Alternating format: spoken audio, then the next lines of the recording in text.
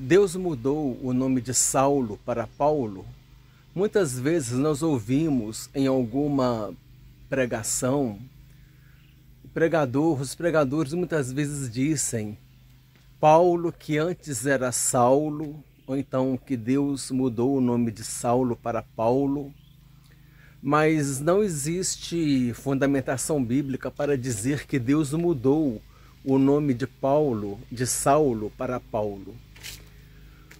É mais importante nós entendermos que Paulo, ele tinha dupla cidadania. Ele era cidadão judeu e ele era cidadão romano. E ele, quando ele se relacionava com os judeus, ele era chamado de Saulo. Jesus mesmo, quando apareceu para ele, disse: Saulo, Saulo, por que me persegues? Mas quando ele se relacionava com os gentios, ele usava o nome Paulo, que era o nome romano dele, Paulus. E depois ali, mais ou menos, do capítulo 9 e 10 de Atos dos Apóstolos, quando Lucas faz essa referência que Saulo, também chamado Paulo, Saulo também era chamado de Paulo, quer dizer, ele usava esses dois nomes.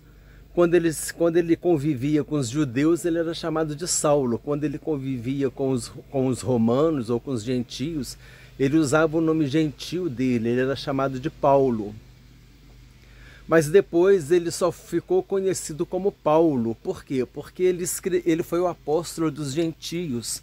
Então ele escreveu as suas cartas para os gentios. Então quando ele assinava as cartas dele, ele assinava com o nome gentio, Paulo. Mas isso não significa que Deus mudou o nome de Saulo para Paulo. Ele usava os dois nomes, porque ele tinha dupla cidadania. Então é isso. Concluindo, Deus não mudou o nome de Saulo para Paulo.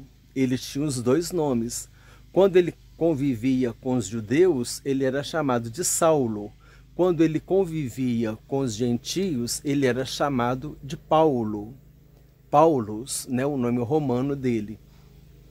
E depois que ele começou a escrever as suas epístolas, ele escreveu as epístolas para os gentios. Então ele se identificava como Paulo, como o nome gentio dele.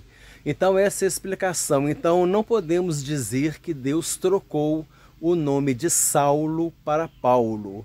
Fazer essa colocação é um grande equívoco. Desejo que Deus te abençoe ricamente em nome do Senhor Jesus Cristo.